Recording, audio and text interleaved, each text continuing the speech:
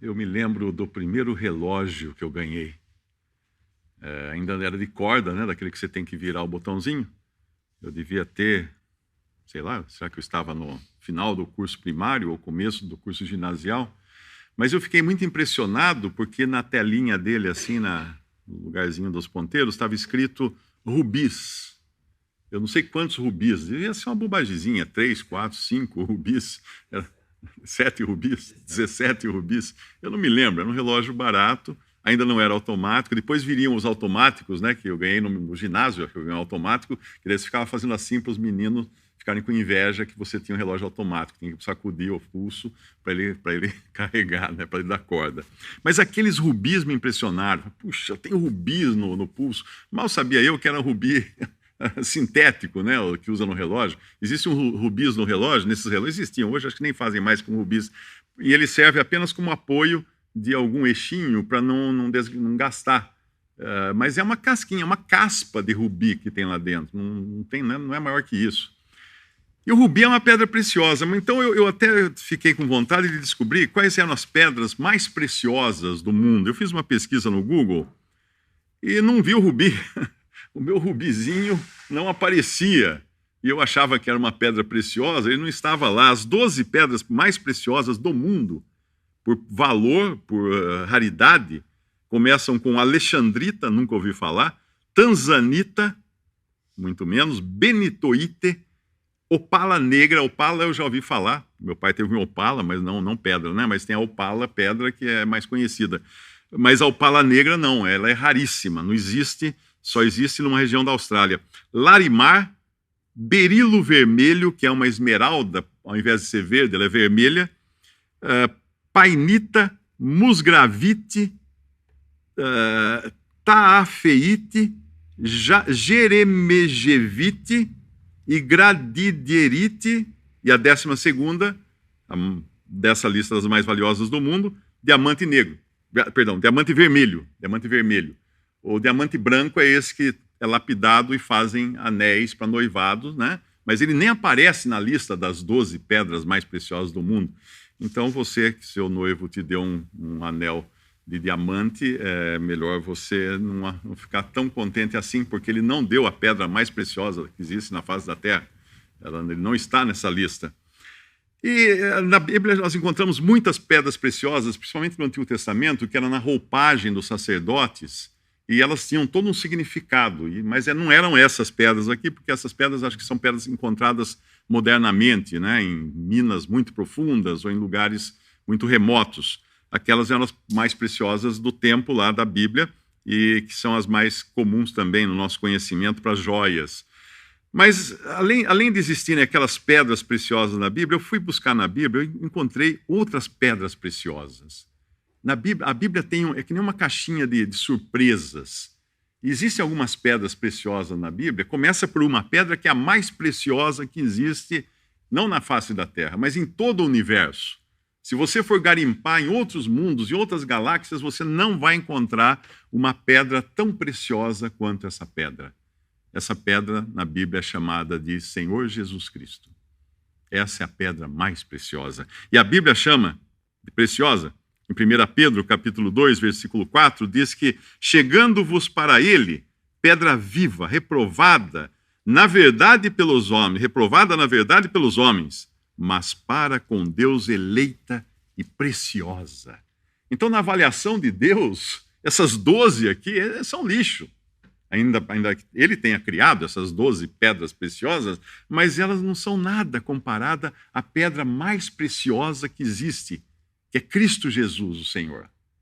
E um detalhe muito importante, ela é preciosa para Deus, eleita e escolhida, selecionada como um joalheiro, né? Ele tem lá as várias pedras, ele vai selecionar a mais pura, a mais perfeita de todas. Assim Deus escolheu a pedra mais perfeita que ele podia encontrar, Cristo Jesus. Para Deus é a mais preciosa. E agora eu começo perguntando para você o seguinte: qual é a pedra mais preciosa para você? É Cristo. Para Deus é. E para você? É Cristo. Será que a apreciação do ser humano é a mesma que Deus tem? Deus tem um gosto, uma apreciação. O nosso gosto, a nossa apreciação, às vezes não bate, não coincide com a apreciação de Deus. Porque mais adiante, no mesmo capítulo 2 de 1 Pedro, ele continua no versículo 5, vós também como pedras vivas. Agora ele está comparando os cristãos, seres humanos, como pedras vivas.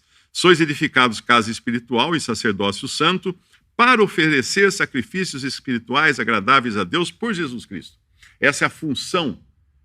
Quando nós falamos que Cristo veio salvar pecadores, para que ele veio salvar pecadores? O que Deus queria com os pecadores? O que Deus busca? Deus busca adoradores que o adorem em espírito e em verdade. Isso que Deus busca. Deus busca adoradores. Não outra coisa, Deus busca adoradores. E ele produz esses adoradores como pedras vivas, para edificar uma casa espiritual, um sacerdócio santo, para oferecer sacrifícios espirituais agradáveis a Deus por Jesus Cristo, através de Jesus Cristo. Veja que se você não está fazendo parte disso, você não está em sintonia com Deus e nem com os pensamentos de Deus. Se Jesus Cristo não é a coisa mais preciosa que você tem, a sua conexão com Deus está rompida. Ela ainda não foi restaurada. Você está separado de Deus por causa do seu pecado. E todos nós nascemos pecadores e, por isso, condenados também ao juízo eterno, a menos que Deus nos salve, a menos que Cristo nos salve. Por isso também na Escritura se contém, continuando a passagem de 1 Pedro, eis que põe em Sião a pedra principal da esquina, eleita e preciosa. Mais uma vez, Deus falando na sua palavra que essa é a principal pedra da esquina. Quando você constrói, eu construí 2 casas já que tinham alicerce de pedra. E na hora de construir, você faz umas valetas, que são onde vão as paredes, aí você escolhe a pedra mais certinha, com o ângulo mais reto que tem, coloca no canto, e a partir dela você traça as linhas, e dela vai surgir todo o alicerce com as outras pedras. É assim que constrói uma casa de pedra, com alicerce de pedra. Por isso também na Escritura se contém, eis que põe em Sião a pedra principal da esquina, do canto, eleita e preciosa, e quem nela crer não será confundido. Muitas pessoas titubeiam quando se fala em crer em Jesus. Mas eu não sei, o que vai acontecer comigo depois se eu creio? Não será confundido. Não será confundido, as coisas se abrem, você enxerga, você era cego, depois vai enxergar a luz. E assim para vós que credes, é preciosa essa pedra. Mas para os rebeldes, a pedra que os edificadores reprovaram, essa foi a principal pedra da esquina, e uma pedra de tropeço e rocha de escândalo. Então temos 2 classes de pessoas aqui. Aquelas que consideram Cristo a pedra preciosa e creem nele para a salvação, porque entendem que ele pagou na cruz por nossos pecados. Essa é uma classe de pessoas. Você está nela? Se você está, você concorda com Deus que a pedra preciosa é Jesus. E a outra classe, aquela dos rebeldes, que se rebelaram contra Deus e não querem aceitar aquele que Deus enviou para salvar o mundo. Não querem aceitar. E para esses, o que essa pedra será? Para uns, a pedra é salvação. A pedra é ângulo. A pedra é para colocar o traçado correto das coisas. Para esses que creem, não serão confundidos. Saberão exatamente onde estão pisando. Mas para os outros, é uma pedra de tropeço, rocha de escândalo. Quem tropeçou numa pedra, quem já deu com o dedinho numa pedra, sabe como é triste e dolorido você tropeçar numa pedra descalço. Dói muito. Agora você imagina você tropeçar para cair na condenação eterna. Tropeçar em Cristo, porque você não o teve como uma pedra preciosa. Depois que eu encontrei essa pedra preciosa na caixinha do porta-joias de Deus, que é a Bíblia, depois eu fui procurar outras pedras preciosas. Encontrei uma outra coisa muito preciosa. É o sangue precioso. Um sangue precioso. Nós sabemos o quanto um sangue é importante quando há necessidade de sangue no hospital. Às vezes um parente, um amigo sofre um acidente, os parentes começam a pedir, até pela internet, no Facebook, fulano de tal está internado em tal hospital, precisa de sangue, tipo isso, tipo aquilo, para poder se recuperar. O sangue é vida. Sem sangue não há vida.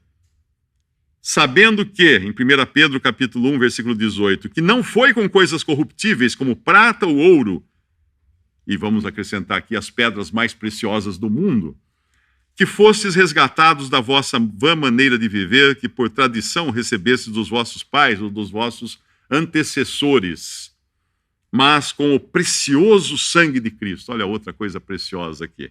O precioso sangue de Cristo. Mas precioso para quem? Para Deus. Para Deus esse sangue é precioso. Porque ele tem valor.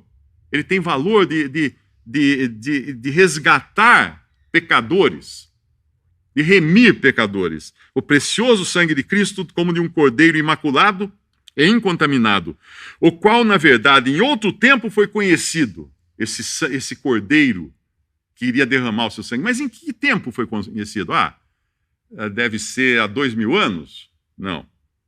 Então vamos chutar 5000 anos, 6000 anos. Tempo lá do Jardim do Éden? Não. O qual, na verdade, em outro tempo foi conhecido, ainda antes da fundação do mundo. Deus, nos seus planos eternos, já vislumbrava lá na frente que haveria um cordeiro que viria derramar o sangue para remir o pecador, para libertar o pecador do seu pecado. Isso quando? Quando só existia Deus. Quando nem existia mundo, nem universo, nem nada. Existia Deus só. Deus Pai, Deus Filho, Deus Espírito Santo. Essa trindade, esse círculo de amor e de comunhão que sempre existiu na eternidade, não vou falar em todos os tempos, porque a eternidade não tem tempo, mas já estava nos planos de Deus que um dia o seu Filho viria ao mundo para morrer numa cruz e derramar seu sangue. O qual, na verdade, em outro tempo foi conhecido ainda antes da fundação do mundo, mas manifestado nesses últimos tempos por amor de vós. Foi o amor do Pai que enviou o seu Filho para nos salvar. Quando você dá um anel de brilhante para sua noiva, aquilo é uma expressão máxima de amor, que você quer se casar com ela e você então oferece aquele anel, a pede em casamento. Pelo menos essa é a maneira ocidental de fazer as coisas. Em outros países tem outras maneiras, mas nesse exemplo, aquela é a prova de amor que você está dando. Custou caro para você. Às vezes você teve que fazer um crediário aí para comprar aquele anelzinho com uma pedrinha minúscula, que só com lente a sua noiva vai enxergar, mas custou caro para você, porque é a sua prova de amor. Agora imagina a prova de amor de Deus. Foi entregar seu próprio filho, a pedra mais preciosa que Deus tinha no seu tesouro, para que ele viesse aqui morrer, derramar sangue no lugar do pecador, pagar pela culpa do pecador. Cristo na cruz estava ali, ele fala profeticamente num salmo, ele fala assim: restituí o que não roubei. Como restituir o que não roubei? Ele foi condenado no lugar daquele que pecou, daquele que praticou o mal. Nós, todos nós. Não há nenhum isento de pecado. Ninguém pode dizer eu sou justo, eu sou bom, eu sou... Não pode. Porque ao dizer isso você já está pecando. Você já está pecando. Só de se considerar assim, porque o padrão é Deus. Se eu colocar uma folha de papel branco, se eu perguntar que cor é essa parede aqui, você fala, é branca, né? Aqui é branca, aqui é bege, tá bom, vamos ver se é branca. Aí eu pego uma folha de papel e coloco aqui. Na mesma hora você percebe que a parede não é mais branca, porque eu tenho um padrão aqui que é mais branco do que a parede branca. E assim o padrão de Deus é Cristo, e ninguém alcança esse padrão. Portanto, para que o homem fosse salvo, Cristo precisou derramar sangue, não qualquer sangue, sangue precioso. Na cruz ele ficou 3 horas recebendo o juízo de Deus para pagar pelos nossos pecados vivo. Lá em Hebreus fala assim, que ao homem está determinado morrer uma só vez e depois disso o juízo. Veja que no caso de Jesus foi diferente. Ele primeiro recebeu o juízo, depois ele morreu. Depois ele entregou a sua vida. Vivo. Vivo. Pense o que é uma pessoa viva sendo condenada no lago de fogo. Ele foi condenado na cruz por nossos pecados, vivo. 3 horas de trevas, Deus virou a face dele, ninguém viu o que ele estava passando ali, ninguém viu a expressão do seu rosto de sofrimento, nada. Foi uma coisa acontecida no secreto do sofrimento dele sozinho. Nenhum homem morre sozinho neste mundo. Entenda isso. O maior vilão, o maior facínora, o maior criminoso, na hora da morte, ele tem ao lado dele, Deus esperando que ele se arrependa de seus pecados e creia em Jesus. E como nós temos prova disso? Porque havia um facínora na cruz, haviam 2 facínoras, 2 bandidos na cruz ao lado de Jesus. E na derradeira hora, um deles creu em Cristo e foi salvo ali. Senhor, lembra-te de mim quando entrares no teu reino, e o Senhor frustra o desejo dele. Porque ele estava pensando, como qualquer judeu, em entrar no reino terrestre do Messias quando viesse reinar na terra, e o Senhor não atende o pedido dele. O Senhor dá mais. Fala, hoje estarás comigo, não no reino, no paraíso. Hoje estarás comigo no paraíso. Então esse sangue precioso é o passaporte que Deus proveu para que entrássemos no paraíso, que é o céu, que apresenta a própria presença de Deus. Porque Cristo, depois de morrer na cruz, ainda ressuscitou ao 3º dia. Se ele tivesse só morrido e ficado morto, hoje o túmulo dele seria lá um lugar com ossos. Só isso. Mas o túmulo está vazio. Então a ressurreição de Cristo confirma que a sua morte foi aceita como uma paga eficaz por nossos pecados. Mas vamos continuar na nossa caixinha de joias aqui, de preciosidades. Eu encontro mais uma pedra preciosa nessa minha caixinha. A primeira pedra preciosa é Cristo, a segunda pedra preciosa chama-se o sangue precioso, ou precioso sangue de Jesus. E no final desse versículo que eu li, de 1 Pedro 1, 20, vem o 21, que fala, por ele credes, por meio de Jesus credes, em Deus, que o ressuscitou dentre os mortos e lhe deu glória, para que a vossa fé e esperança estivessem em Deus. Então aqui nos fala da ressurreição, que completa, fecha a obra de Cristo. Ela é a morte e ressurreição de Cristo. E aí vem então a outra pedra preciosa, que é chamada de fé preciosa, que a Bíblia chama de fé preciosa. Em 2 Pedro, capítulo 1, versículo 1, Simão Pedro, servo e apóstolo de Jesus Cristo, aos que conosco alcançarem fé igualmente preciosa pela justiça do nosso Deus e Salvador Jesus Cristo. Você tem essa fé preciosa? Você alcançou essa fé preciosa? Essa fé preciosa só pode ser dada por Deus. Porque a fé é um dom. É um dom de Deus. Pela graça sois salvos mediante a fé. E isso não vem de vós, é dom de Deus. Não de obras para que ninguém se glorie, Paulo escreve em Efésios capítulo 2. Então a fé preciosa não é a fé sua, não é a fé do seu esforço, não é a fé do seu intelecto, é a fé que Deus dá para que você pegue essa fé e coloque essa fé no objeto que é Cristo. Muita gente fala em fé outro dia. Outro dia estava no consultório, estava passando um desses programas matinais para mulheres que tem, e lá todo mundo discutindo fé, né? Era um grupo de mulheres que estava com câncer, ou teve câncer, algumas com peruca, outras com lenço na cabeça, e falou-se tudo de fé. E não falaram uma vez de Jesus. Uma vez de Cristo. Não, o importante é ter fé. Nós juntas aqui, a nossa fé fica mais forte, ficamos com a fé mais poderosa, fé mais forte onde? Vocês estão morrendo. Como é que vocês estão com fé mais forte? A fé real é colocada num objeto fora do ser humano pecador. É colocada em Cristo Jesus, o Salvador. Não é a fé que muda alguma coisa, é em quem nós depositamos a fé. Eu posso ter muita fé nesse celular aqui. Eu creio no meu celular é meu salvador. Não adianta nada. Amanhã ele para de funcionar, acaba a bateria. Se eu não carregar ele todo dia, ele para. É uma fé boba, é uma fé inútil. Mas a fé em Cristo, quem nele crê, não será confundido. E depois continuamos revirando a nossa caixinha de pedras preciosas, encontrei outra pedra preciosa. Ela é chamada de preciosas promessas. São várias, não é apenas uma pedra preciosa. 2 Pedro 1,3, visto como o seu divino poder nos deu tudo o que diz respeito à vida e piedade, pelo conhecimento daquele que nos chamou pela sua glória e virtude. Interessante isso, que é conhecendo a Cristo é que nós temos tudo que diz respeito à vida e à piedade.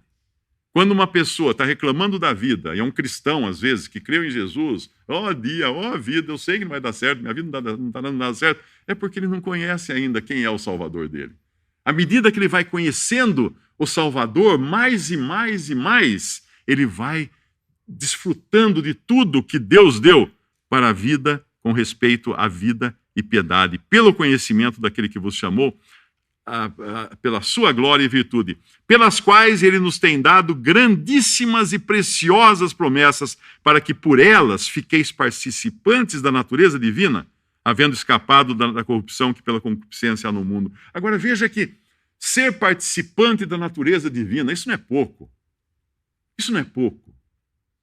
A gente ouve falar hoje de Copa do Mundo e tudo mais. Imagina você estar lá assistindo, alguém fala assim, Mário, vem cá. Agora vai ter o hino do Brasil. Aí, você quer ser participante? Entra da fileira do lado dos melhores jogadores do Brasil e fica ali do lado para sair na foto, no filme. Você vai ficar, eu sou participante da seleção brasileira. Olha eu aqui, não vou jogar nada, não sei nem chutar a bola, não sei que lado que chuta, mas eu estou participante. É uma honra para você, é um privilégio. Agora, Deus oferece sermos participantes da natureza divina. Agora, o que os homens consideram precioso? A vida. A vida humana. Você já cumprimentou alguém e a pessoa falou assim, o importante é ter saúde, né? Tendo saúde e o resto a gente dá certo, né? Tendo saúde e o resto tá bom. Não, que tendo saúde? Não, se não tiver saúde, então, daí então não tem mais nada, acabou. Não é assim. Paulo falou da vida não preciosa. Ele inverteu o valor, isso que é considerado um valor do ser humano, que é a vida humana, para aqueles que creem em Cristo, que foram salvos pela fé em Cristo, que estão endereçados ao céu.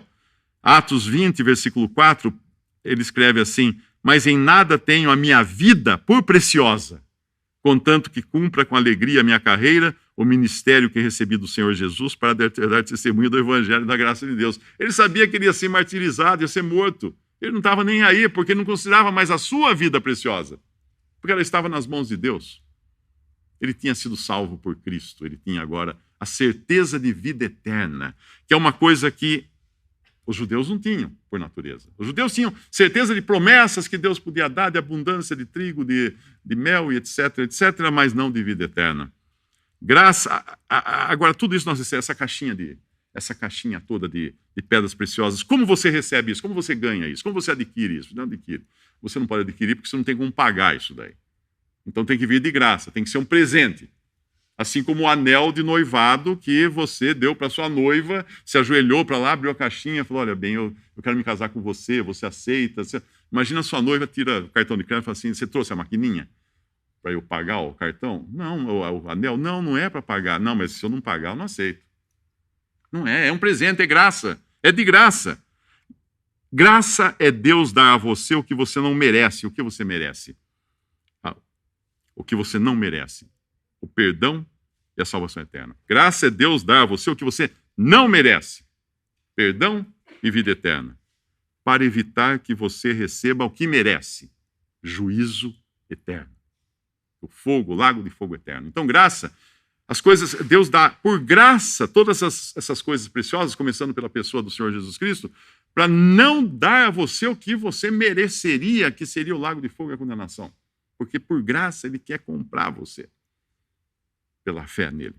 Porque pela graça sois salvos, escreve Paulo em Efésios 2, de 8 a 9, por meio da fé.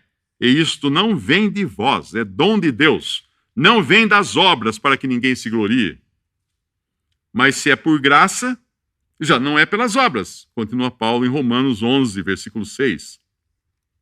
De outra maneira, a graça já não é graça. Se é por graça, já não é por obras, por esforço. De outra maneira, a graça já não é graça. Se, porém, é pelas obras, já não é mais graça. De outra maneira, a obra já não é obra. Romanos capítulo 11, versículo 6.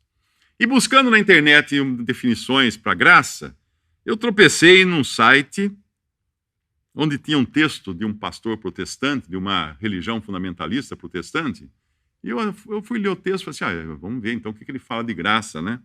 E fiquei surpreso, porque isso é o que as pessoas estão escutando nos púlpitos hoje, pensando que é evangelho, e não é.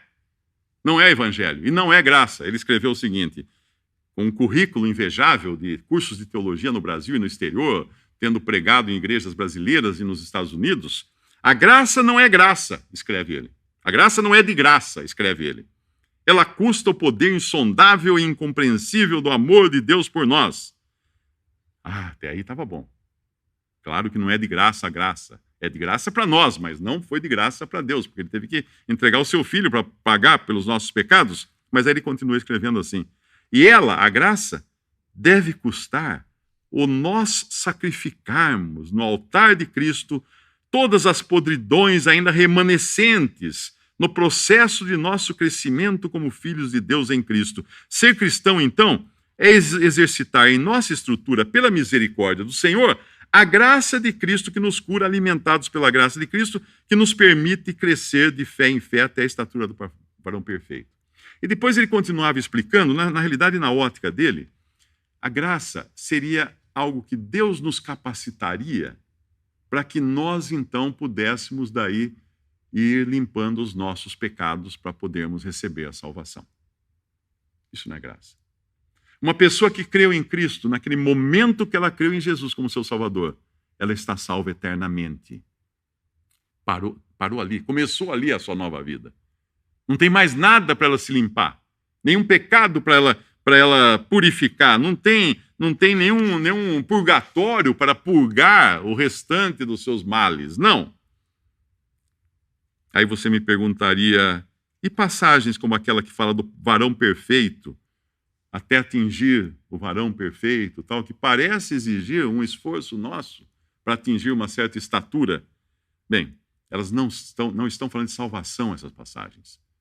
Elas estão falando agora do crescimento do salvo, daquele que foi perdoado por Cristo. E uma maneira que eu encontrei, que eu acho bastante fácil de compreender, é a seguinte: você vai na praia, fica totalmente queimado, esqueceu o protetor solar, fica totalmente queimado do sol, e aí sua pele começa a sair. Eu pergunto, você tem que criar uma nova pele agora? Não. O seu organismo já cria a nova pele e ela já está ali, debaixo da pele velha.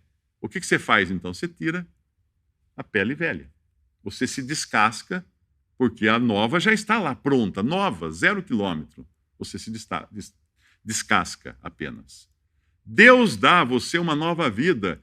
E o sol desse mundo, a poeira desse mundo, a sequidão desse mundo vai nos deixando queimados de andar por aqui, mas isso não muda a nova natureza que já está lá por baixo dessa pele seca, velha, que você foi acrescentando no seu andar aqui.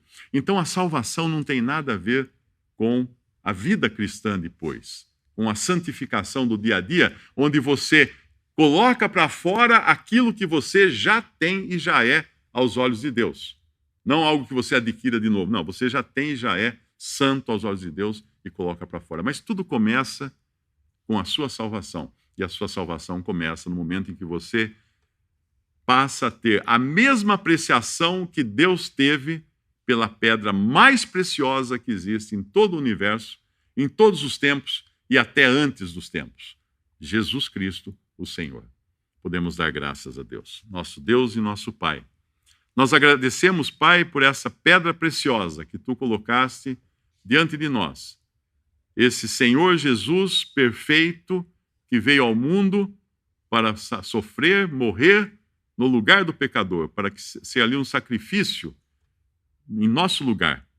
Pai, nós agradecemos por este evangelho, esta boa nova de salvação que não tem condições, que é de rendição a Cristo.